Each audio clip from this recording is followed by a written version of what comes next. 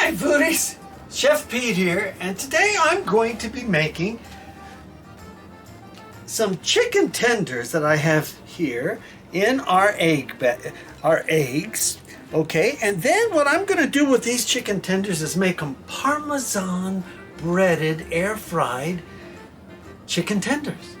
Now, there's hundreds of ways to make chicken tenders. You know, lots of great ways, but today I've decided to put a Parmesan cheese twist to it.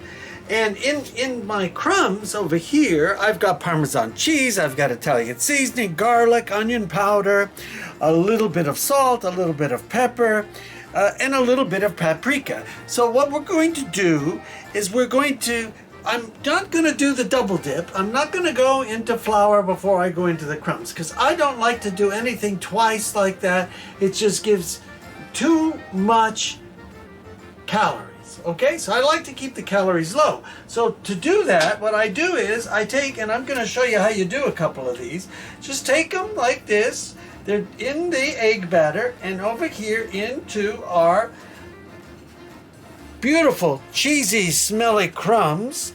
And there you go. Just shake it up and right on your air fry pan. Okay, so there we have it.